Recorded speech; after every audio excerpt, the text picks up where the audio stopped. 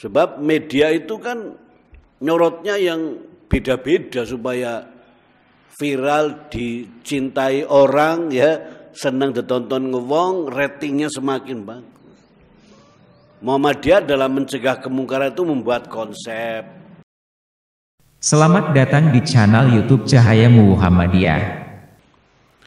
Assalamualaikum warahmatullahi wabarakatuh. Alhamdulillahi rabbil alamin, wabihi nasta'inu ala umuri dunya wa din. Assalatu wassalamu ala asrafil anbiya'i wal mursalin wa ala alihi wa ashabi ajma'in, amma ba'du. Bapak-bapak, ibu-ibu, jamaah subuh rahimakumullah, kita panjatkan syukur kehadirat Allah Subhanahu wa taala atas segala nikmat dan karunia-Nya. Pada pagi hari ini alhamdulillah kita bisa melaksanakan jamaah subuh sekaligus kajian di Sabtu pagi ini. Bapak Ibu yang saya hormati, suatu ketika Rasulullah SAW memberikan wasiat kepada Abu Dzar Al-Ghifari. Abu Dzar Al-Ghifari ini sahabat Nabi yang sangat dekat. Sebelum beliau masuk Islam, beliau itu tinggal di lingkungan yang sangat keras dan lingkungan tukang begal. Tapi begitu mendengar ada ajaran Islam, beliau sangat tertarik, kemudian minta ketemu dengan Rasulullah dan ditemani oleh Ali bin Abi Thalib. Beliau bersyahadat di hadapan Rasul, dan setelah masuk Islam beliau sahabat yang banyak bertanya tentang Islam dan sangat dekat kepada Rasulullah Sallallahu Alaihi Wasallam. Di antara wasiatnya kepada beliau yang ini menjadi sikap hidup kita sebagai seorang muslim, yang pertama adalah amaroni rabbi an uhibbal masakin wa dzunuwa minhum. Allah menyuruhku agar aku ini mencintai dan mendekati orang miskin. Jadi perintahnya adalah mencintai dan mendekati orang miskin. Dan di satu hadis juga disebutkan bahwa kullu syai'in miftahun wa miftahul jannati al-masakin. Segala sesuatu itu ada kuncinya. Dan kunci surga itu adalah orang miskin.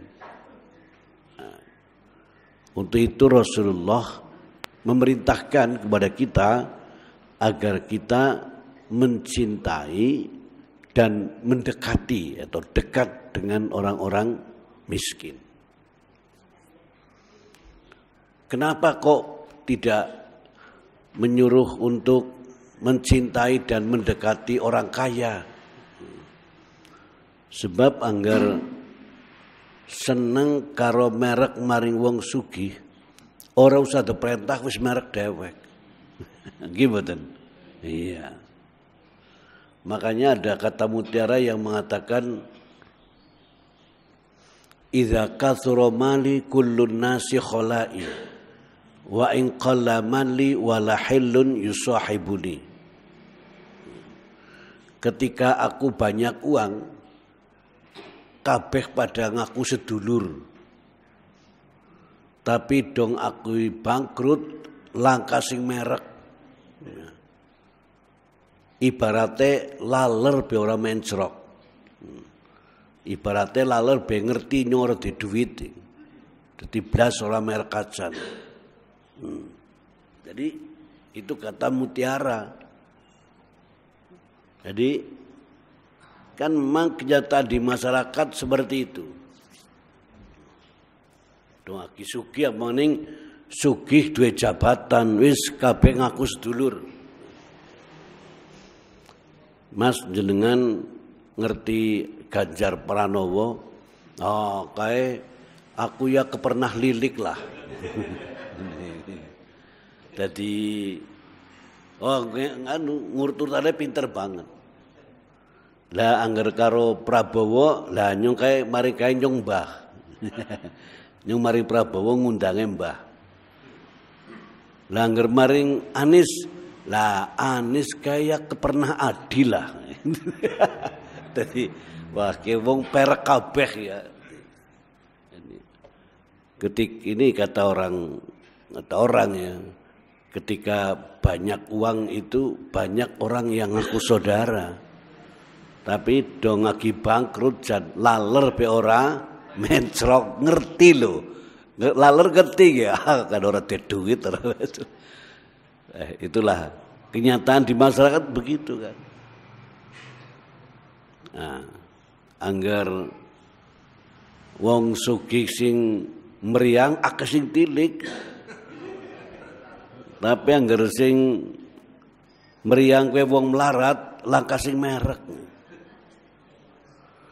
Angger wong sugih sing mati akeh sing takziah. Waduh, mobilnya deret-deret. Tapi angger sing mati sing melarat langkah sing takziah. Nah, itulah kenyataan di masyarakat seperti itu. Makanya Rasulullah menasihatkan kepada kita supaya kita mencintai dan mendekati orang miskin. Karena itu kunci surga. Dan nanti Bapak Ibu sekalian, yang masuk surga itu justru orang miskin dulu. Rasulullah bersabda, yadkhulu fuqara al-muslimun al-jannah. Jadi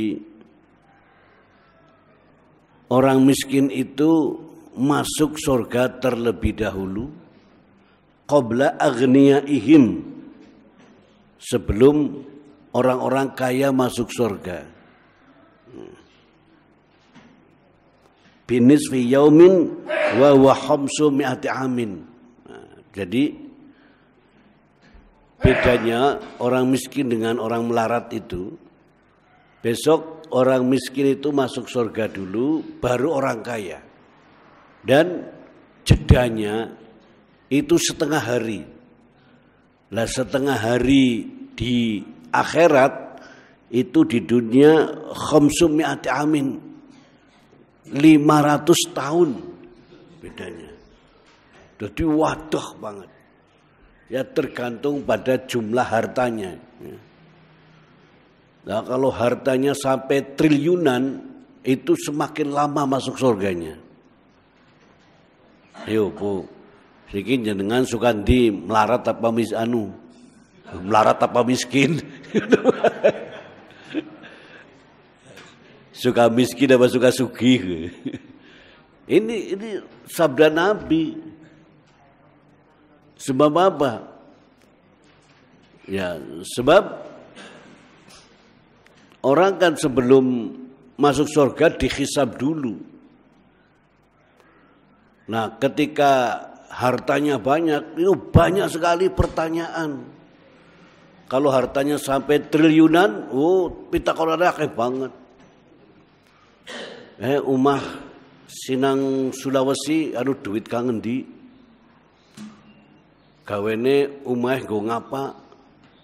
Nang kono ngapa? Lah kae umah sing nang Jogja duit kang endi kae? Nggo ngapa? Terus itu harta yang di bank sekian. Tapi anggar wong melarat petakone cepat. Berapa pendapatan saudara?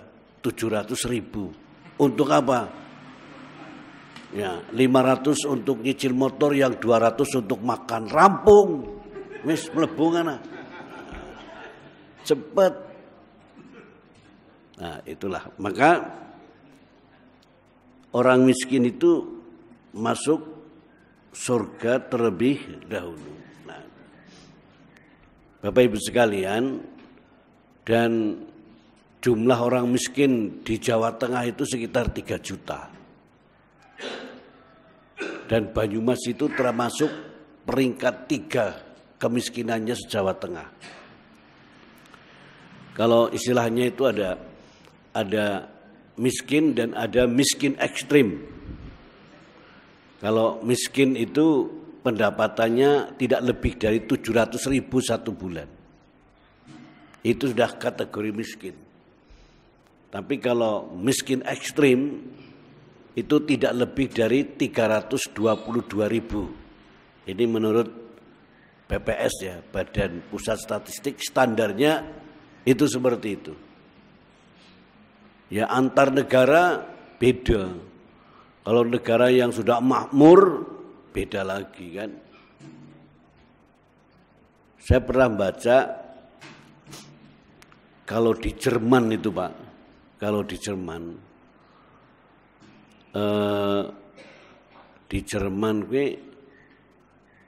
kita Jerman, pengalaman Jerman. Jadi angger wong miskin biasanya lemu-lemu Pak. Nah, angger wong sugih biasanya gering-gering langsing. Angger orang Indonesia kan beda. Angger wong sugih biasanya lemu-lemu. Gak tahu kenapa itu katanya.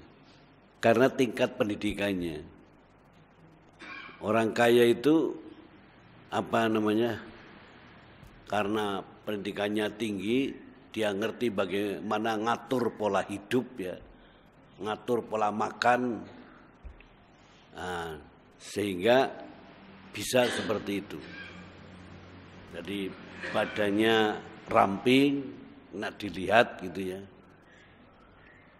Nah, jadi kayaknya termasuk miskin lemu sih. Kayak orang Jerman tuh ya, orang Jerman. Nah, di Banyumas itu ada sekitar 239.000 yang masuk kategori miskin ekstrim. Jadi miskin ekstrim itu ya berarti sangat-sangat miskin. Ya.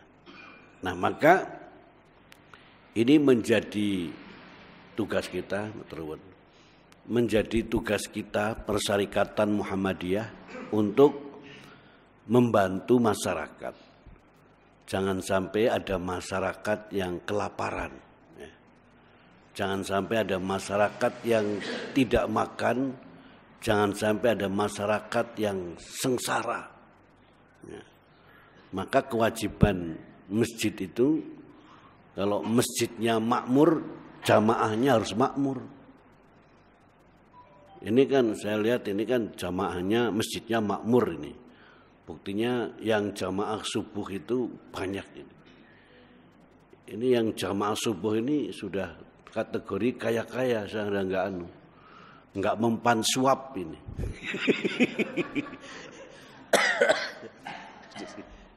Enggak mempan suap ini. Dan imbok duit pira kon milih aya, ora poke tetep nangati beda. Ya, duit ya go infakna maring masjid. Yang sing jamaah subuh-subuh ki sing kuat-kuat ke. Tapi kan sing jamaah subuh mukur pira. Lebih akeh sing ora jamaah ki mboten. Iya, mulane. Yang mbok derayu ngapa-ngapa ora bisa jamaah subuh. Derayu makan gratis, derayu internet gratis, derayu macam-macam lah. Mulane wingi dong pilihan presiden angger dadi kabeh nyenengi Pak. Iya. Ana sing makan gratis ya ora. Ya kan, ana sing internet gratis, ana sing kuliah gratis, jadi angger dadi kabeh kan apa-apa gratis. Ya. Ya, sayang sing dadi apa jenenge sing mangan gratis ya. Dadi golek ya silarang. Lah, Bapak Ibu sekalian, jadi itu tugas kita ya. Makmur masjidnya, makmur jamaahnya. Ya. Jadi makmur organisasinya. Jadi jamaah, jam'iyah, jariyah. Nah, itu 3J ini yang sedang dikembangkan oleh Muhammadiyah. Dan Rasulullah juga sudah bersabda, "Man nafasa an muslimin kurbatan min kurabi dunya, nafasallahu kurbatan min kurabi yaumal qiyamah." Jadi barang siapa yang meringankan beban orang lain, beban orang muslim yang lain, maka dia akan diringankan oleh Allah nanti di akhirat. Wa may yassara musliman yassarallahu fid dunya wal akhirah. Barang siapa yang memberikan kemudahan kepada orang lain di dunia, maka Allah akan memberikan kemudahan baginya di dunia dan di akhirat. Wa man satara musliman satarahullahu fid dunya wal akhirah. Barang siapa yang menutupi aib orang lain, maka Allah akan menutup aibnya di dunia dan di akhirat. Ditutupnya aib oleh Allah itu suatu kenikmatan. Banyak orang yang bagus, mulia, itu sebab apa? Itu sebab Allah menutup aibnya. Tapi ketika Allah sudah membuka aibnya, wah, orang kemudian pada tahu, gitu ya. Mongko nembe wong pada ngomong, oh jebule, gitu kan. Oh jebule koruptor, gitu. Sebab Allah buka aibnya itu. Nah, jadi kita jangan suka menggunjing aib orang. Aib orang. Maka kalau kita menutup aib orang, Allah itu akan menutup aib kita. Ya, contohnya ngerti nyong pilaken ya tertutup pecine kan, tutup ora peci. Ben ora keton pilake. Lah jenengan kok cerita kayak toli peci nu sebab pilaken. Lah itu aib saya itu. Malah nyeluki nyong pilak. Nah itu aib. Jadi barang siapa yang menutup seorang muslim, dia akan ditutup aibnya oleh Allah Subhanahu wa taala di dunia dan di akhirat. Wallahu fi aunil 'abdi ma kana al-'abdu fi auni akhi.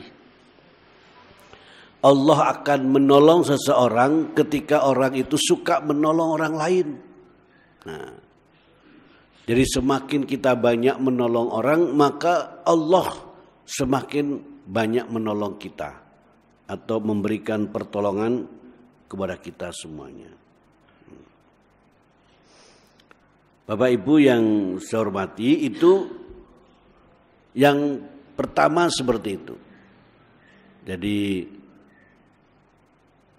an uhibbal masakin wa dhunuwa winhum, mencintai orang miskin dan mendekati kepada mereka.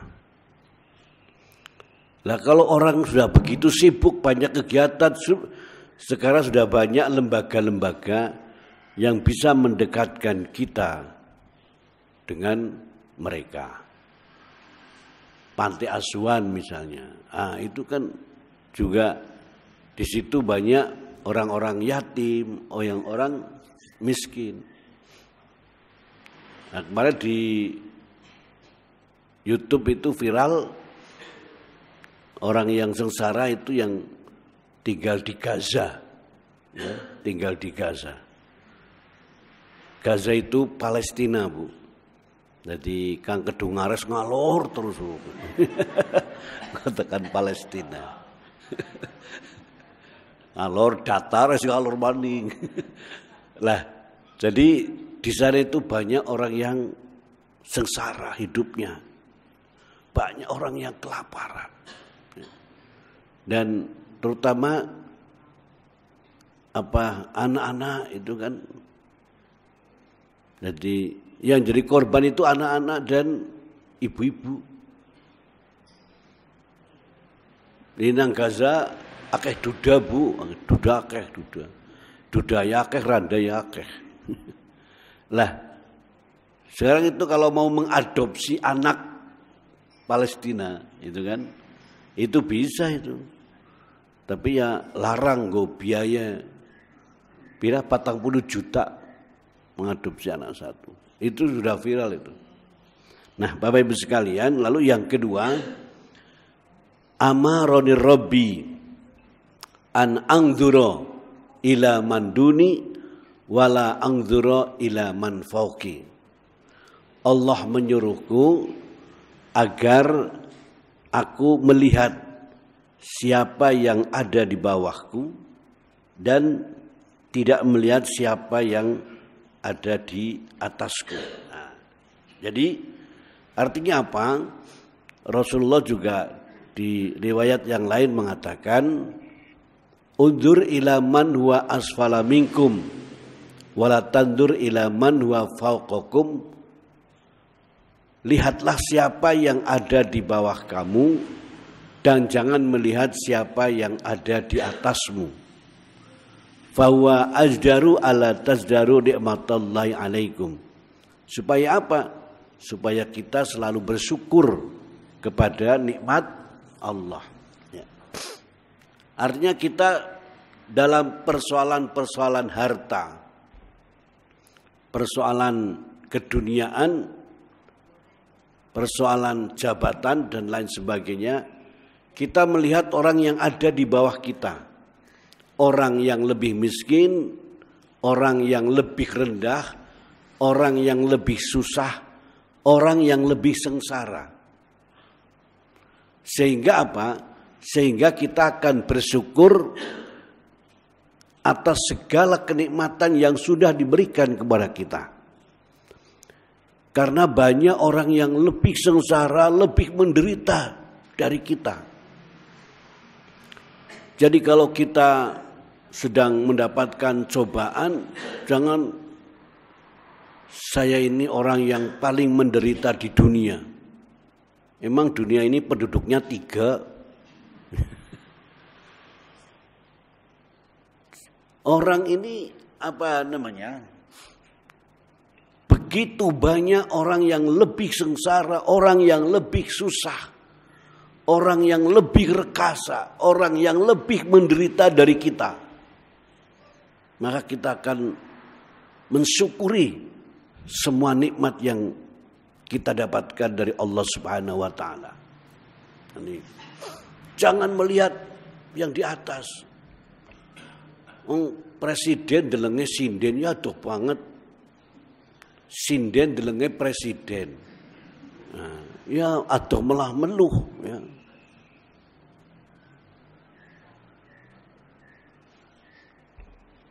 Prajurit delenge maring dhuwur. Ya. Kopral delenge maring jenderal. Nah, tapi lihat ke bawah. Presiden deleng maring sinden. Jenderal delenge maring kopral. Letkol maring supirkol. Iya. Gubernur delenge maring direktur. Direktur deleng maring kondektur. Kondektur deleng maring bakul bubur. Nah, jadi tidak melihat ke atas tapi melihat ke bawah. Itu akan mensyukuri nikmat Allah Subhanahu wa taala. Maka ada satu kisah yang ditulis oleh pujangga dari Rusia, namanya Leo Tolstoy. Dia suatu ketika jalan-jalan di gunung es, Gunung es kuwi adem epor gunung es. Karena kedungan sana gunung es nggo rebutan malah. Di gunung es dia jalan-jalan, sepatunya rusak. Dia merengek, dia nangis. Betapa sedihnya karena sepatunya rusak. Tapi begitu melihat orang yang tidak punya kaki, garis miring buntung, ya, dia berhenti dari tangisannya. Oh iya ya, aku sing ora duwe sepatu beka iki rasane kaya ngapa sing ora duwe sikil. Aku menangis karena aku tidak punya sepatu, hingga aku melihat orang yang tidak punya kaki. Ini kalau diteruskan panjang. Aku menangis karena aku tidak punya jam tangan, hingga aku melihat orang yang tidak punya tangan. Aku menangis karena aku tidak punya kacamata, hingga aku melihat orang yang tidak punya mata.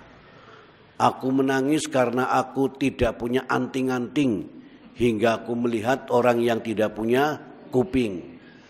Aku menangis karena aku tidak punya kalung, hingga aku melihat orang yang tidak punya leher. Kan medeni, wong ora duwe gulu kan medeni. Lah jadi melihat yang di bawah kita. Supaya apa? Senantiasa mensyukuri nikmat Allah. Kemudian yang ketiga, amaroni Rabbi an asillar rahima wa in udbirtu. Allah menyuruhku agar aku itu menghubungkan silaturahmi kepada orang-orang yang memutuskan. Wa in udbirtu, walaupun aku tidak disukai. Jadi kalau kita tidak disukai orang, maka kita tetap menghubungkan persaudaraan. Kita tetap bersilaturahmi. Senajan jenengan ora disenengi nang mertuane, ya tetap tilik mertua. Ya tetap ngirim mertua senajan ora disenengi. Wa in udbirtu.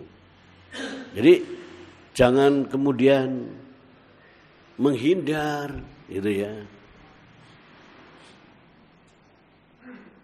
Nah, justru kita dekati mereka.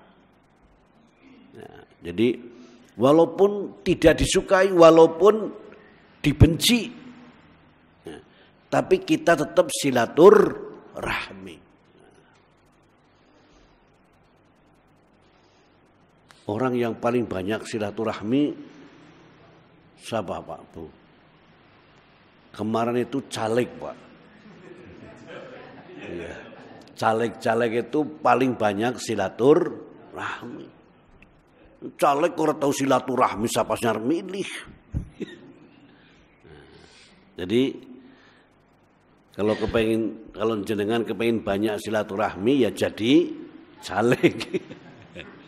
Nah itu kan calon-calon legislatif kemarin. Nah, termasuk sekarang sudah mau pilbub ya. Pilbubnya nanti kalau nggak salah tanggal pilihan bupati itu tanggal 27 November. 27 November.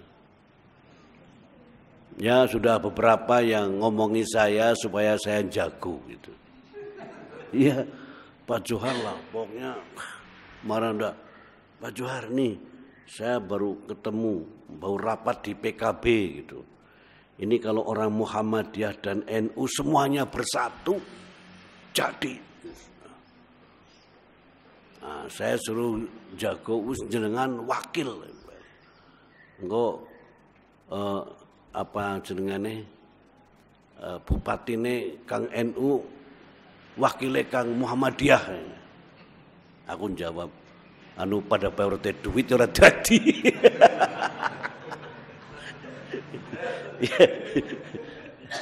Oh, wis jenengan ora usah mikir duit ala pret aku. nyalon kok ora mikir duit ya anu lah. Nah, iya. Jadi kadang-kadang mau Muhammadiyah ora bakat kon nyalon. Agar kon nyalon jadi ketua PBD itu dadi ya ketua RT, ketua RW akeh sing dadi. Tapi agar nyalon kades sing padha dadi. Nyalon legislatif DPR padha dadi mbuk kowe jan. Ya jadi. Nah, banyak silaturahmi, ya. Banyak silaturahmi itu. Kan sudah disebutkan satu hadis. Kalau ingin banyak rezekinya, panjang umurnya, ya silaturahmi. Rasulullah mengatakan silman qata'aka wa ahsin man asa ilaika. Hubungkanlah orang yang memutuskan persaudaraan. Kemudian berbuat baiklah kepada orang yang berbuat jelek.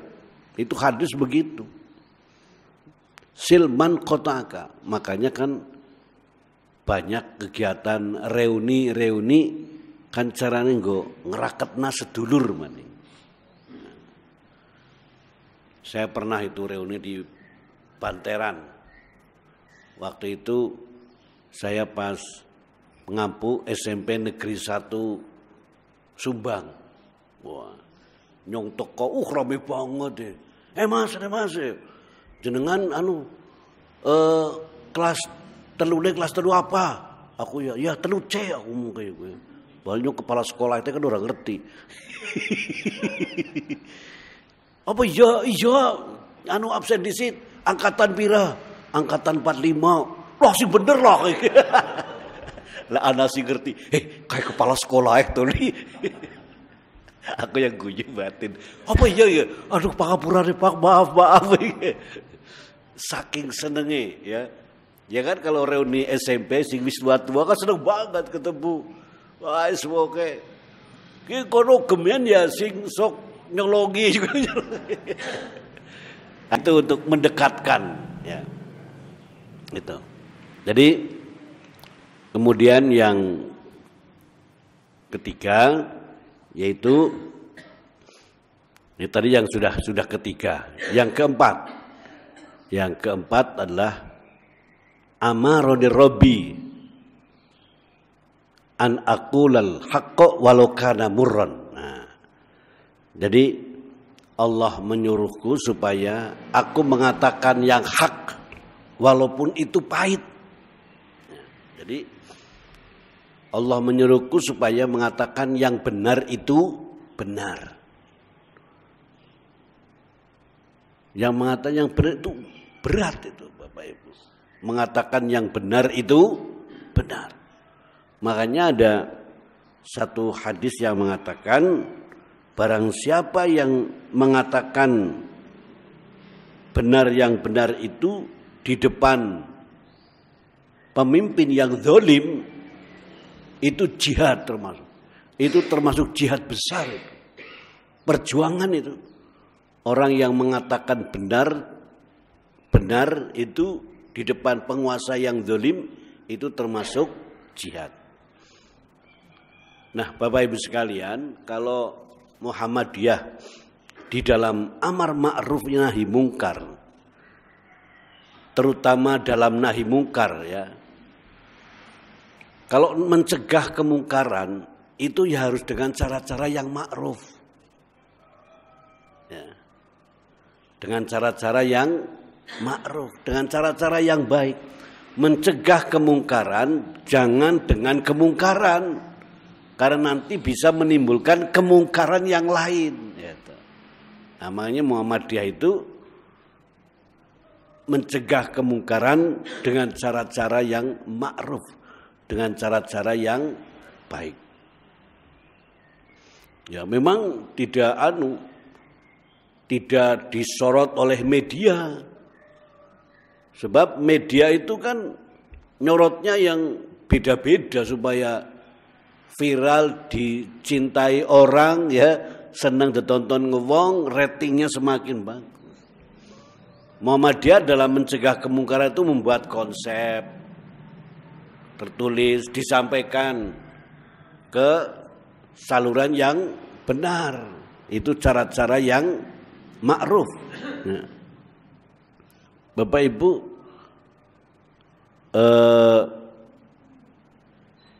Khalifah Harun ar-Rasyid itu pernah dikritik oleh ulama. Ulamanya keras sekali. Siapa yang tidak kenal Harun ar-Rasyid? Itu khalifah yang sangat bijaksana, yang sangat baik.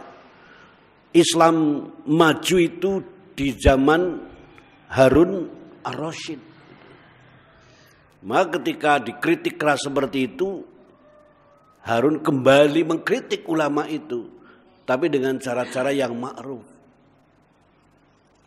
Kata Harun ar-Rasyid kepada ulama itu mengatakan, Syekh, apakah saya ini orang lebih jahat daripada Fir'aun? Oh enggak, Anda lebih baik daripada Fir'aun.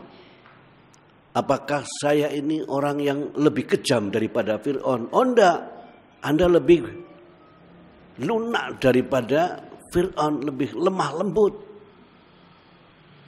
Ingat Syekh, Fir'aun yang kejam, Fir'aun yang biadab, Fir'aun yang pembunuh, itu saja Allah menyuruh Musa dan Harun untuk mendekati Fir'aun dengan kalimat-kalimat yang lemah lembut. Faqula lahu qawlan karima la'alla yatadzakkar aw yakhsha. Kata Allah, dekatilah Fir'aun itu dengan cara lemah lembut, agar dia itu sadar atau takut kepada Allah. Baru ulama itu sadar. Jadi dengan perkataan-perkataan yang baik, dengan perkataan-perkataan yang layinan, jangan perkataan-perkataan yang mengandung kebencian, ujaran-ujaran kebencian. Nah, Bapak Ibu sekalian, mengatakan yang benar di depan orang yang kita hormati, orang yang kita hormati, orang yang kita sementara ini muliakan, apalagi di depan orang yang di mana kita ini tergantung hidupnya, itu berat itu. Ya gampanglah. Istri kepada suami itu juga kadang-kadang mau menegur suami yang menyeleweng, suami yang berbuat tidak baik, itu aja takut. Gitu. Makanya harus ngomong dengan cara-cara yang lemah lembut. Kemudian yang kelima adalah amaroni Rabbi,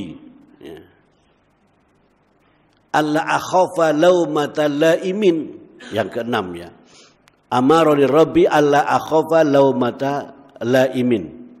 Yang kelima, jadi Allah menyuruhku agar aku tidak takut ketika aku dalam kebenaran. Nah, jadi orang yang beriman untuk memperjuangkan kebenaran itu tidak takut. Tidak takut dibenci, tidak takut dijauhi oleh temannya, dan tidak takut apapun ya, kepada manusia. Karena apa? Karena takutnya hanya kepada Allah Subhanahu wa ta'ala. Jadi kita tidak boleh takut untuk menyebarkan kebaikan, ya, menyebarkan kebenaran. Ya. Bapak Ibu pernah melihat film Sang Pencerah, ya. Bagaimana Kiai Haji Ahmad Dahlan itu memperjuangkan kebenaran. Karena sering bertentangan dengan tradisi di masyarakat. dan tingkat pendidikan yang masih rendah waktu itu. Misalnya memperbaiki arah kiblat. Karena itu kan ada ilmunya. Nah, jadi kalau dulu kan orang itu sholat ya pokoknya sing penting madhep ngulon, ya ora. Nah, ya seperti ini. Kenapa softnya begini? Ini karena diperbaiki arah kiblatnya. Tapi waktu itu masyarakat geger. Nah, itu. Kemudian karena dakwah kita Bapak Ibu sekalian, dakwah itu kepada individu, kepada kelompok, kepada individu, kepada yang muslim. Dakwah yang kepada orang Islam, agar orang Islam itu kembali kepada ajaran yang murni sesuai dengan tuntunan Rasulullah SAW. Jauh dari sifat-sifat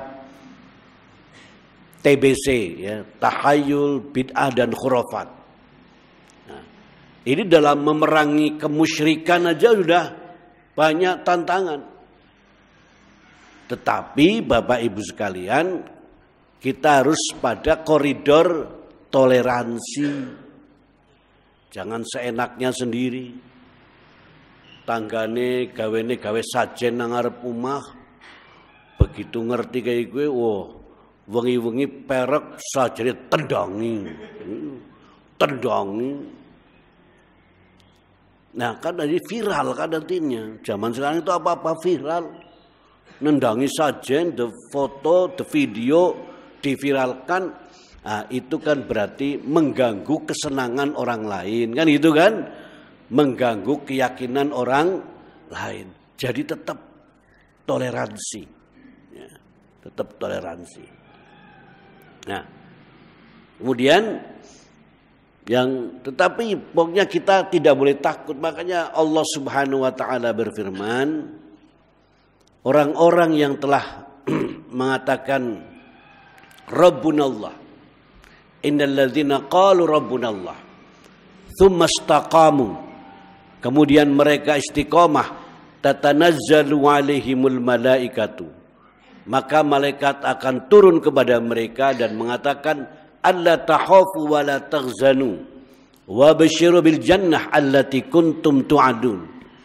Janganlah kalian takut, janganlah kalian khawatir, tetapi wa basyiru bil jannah, bergembiralah kalian dengan surga yang sudah ditentukan oleh Allah Subhanahu wa taala. Surga yang sudah disiapkan. Jadi alla akhafa laumatal laimin, seperti yang bagaimana sejarah Nabi memperjuangkan Islam. Karena Islam pada waktu pertama datang itu asing bagi mereka. Badal Islamu ghoriban. Jadi begitu banyak tantangannya. Kemudian yang keenam adalah amaroni Rabbi alla as'ala ahada syai'an. Allah menyuruhku agar aku tidak meminta-minta sesuatu kepada orang lain. Artinya apa? Meminta-minta atau mengemis itu adalah perbuatan yang hina. Tidak boleh dalam Islam itu. Kalau terpaksa sekali boleh, tapi hanya untuk memenuhi kebutuhan makan sehari. Bukan meminta-minta untuk menjadi kaya. Karena sekarang ada yang mengemis itu menjadi sebuah profesi. Jadi memang pekerjaannya mengemis, lah itu nggak boleh. Dan memang enak itu pekerjaan ngemis itu. Orang modal apa-apa, mengukur tangannya bisa kayak gini, ya kan? Nah. Bahkan pernah itu di Jogja itu, di Malioboro, wong ngemis kan di cekeli gitu, ada pada ngemis gitu. Karena mengganggu keindahan. Begitu kecekel, dibuka, nyekel rekeningnya, 1 juta. Satpol PP kalah. Nyusi ngode ora kaya kiye kok sing. Apalagi di Jawa Barat itu ada daerah yang isinya banyak pengemis. Begitu Ramadan satu truk ke Tanah Abang, wah di sana ngemis. Itu koordinator pengemisnya. Omahe kowe duwe kolam renang. Nah, jadi ngemis be omahe duwe kolam renang, koordinatornya. Dan mental seperti itu sulit untuk dirubah kalau sudah hobi gitu. Kan orang pernah, kok hobinya apa? Ngemis. Jadi inilah. Tetapi kita sebagai seorang muslim punya kewajiban, kan tadi sudah dijelaskan yang awal itu. Kalau ada orang-orang miskin itulah menjadi tanggung jawab kita. Bahkan itu tanggung jawab negara sebenarnya kan. Tanggung jawab negara itu ada undang-undangnya. Kemudian yang terakhir Bapak Ibu sekalian, amaroni Rabbi an uqtira min qauli la haula wala quwata illa billah. Allah menyuruhku agar aku banyak membaca la haula wala quwata illa billah. Tahawul, jadi zikir kepada Allah berupa la haula wala quwata illa billahil aliyyil azim. Zikir dengan kalimat itu. Tapi harus diresapi. Apa maknanya? Maknanya tidak ada kekuatan selain kekuatan dari Allah. Banyak zikir itu. Jangan salah zikir. Sebab ini saya punya teman Bapak Ibu, cerita dengan saya. Dia itu pernah bangkrut gara-gara ditipu orang. Bangkrut sebab ditipu orang. Sehingga sering setiap hari itu dicari orang, ditagih orang. Nah, dia ngantek bingung banget, wah, stres. Cerita karo aku. Dan aku ngantek stres. Ngantek nyonggoli zikir. Ya Allah 1 miliar, ya Allah. Sebab utangnya ngantek 200 juta. Jadi zikirnya kayak gue. Seminggu jadi. Zikir yang bar sholat zikir. Ya Allah 1 miliar, ya Allah 1 miliar. Ya Allah 1 miliar, ya Allah 1 miliar. Zikirnya pak. Nah terus kepriwe teman-teman ora kok nyong ngantek mencret kok. Lah yang kono salah kok. Masa zikir ya Allah 1 miliar, ya Allah. Lah sebuh bok aku ngantek mumet lah, pusing. Stres. Ngantek zikir kayaknya gue seminggu jere. Lah kepriwe oleh ora kok mencret malah kok jere. Ya, jadi Bapak Ibu sekalian supaya kita zikir la haula wala quwata illa billahil aliyyil azim ya. La haula wala quwata illa billahil aliyyil azim. Tidak ada kekuatan kecuali kekuatan dari Allah. Tidak ada kesehatan kecuali kesehatan dari Allah. Tidak ada kekayaan, tidak ada rezeki kecuali kekayaan rezeki dari Allah. Kan begitu. Tidak ada ilmu kecuali dari Allah.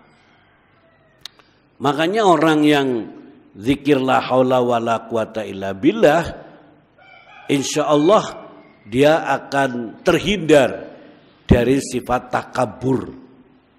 Dari sifat takabur, dari sifat sombong, dari sifat angkuh ya. Karena apa? Sifat takabur ini yang akan yang akan membatalkan amal kita. Yang akan merusak pahala amal kita. Yang membuat pahala kita itu jadi tidak berpahala. Rusak pahalanya. Rusak amalnya. Karena sifat takabur itu. Apa itu takabur? Batul haqqi wa ghamdun nas. Takabur itu menolak kebenaran dan meremehkan orang lain. Takabur itu ada di hati kita. Jangan enggak gampang pada ora takon sombong, ora. Oh, jan wingi Pak Johar ketemu nyung jan ora takon-takon sombonge por. Lawang ngene kon motoran apa kon pecicilan. Ya kadang-kadang kan juga nggak paham, nggak lihat, lagi fokus di perjalanan. Ya, jadi orang takon ke berarti sombong. Pede sumeh karo sapa-sapa takon, anak keboliwat ya takon. Ya, jadi sombong itu ada di hati. Makanya ketika sedikit ada sifat sombong, wasari'u ila maghfiratin, cepat-cepat istighfar. Cepat-cepat istighfar. Kalau ada perasaan sedikit sombong, ya kadang-kadang kan nggak terasa, misalnya kan ada orang yang sombong tapi pamit dulu, ada loh itu kan. Kayak Kang, aku sih agak ora sombong ya. Nah, kan ada, jadi ya kan gitu ya. Kayak temenan ya nyong ya ora sombong ya. Nah, ya jane sombong tapi pamit, ya kan. Jadi diizinkan saja kalau ada orang yang sombong tapi pamit enggak apa-apa. Izin nih. Bapak Ibu sekalian, mohon izin saya mau sombong. Lah, itulah Bapak Ibu. Dengan maka apa? Dengan zikir la haula wala quwata illa billah, nanti insyaallah lama-lama terus kita akan semakin rendah hati, semakin tawadhu kepada Allah Subhanahu wa taala. Demikian Bapak Ibu sekalian kajian pagi ini, kurang dan lebihnya mohon maaf. Nasrun minallah fatkun qarib wa basyiril mu'minin. Wassalamualaikum warahmatullahi wabarakatuh.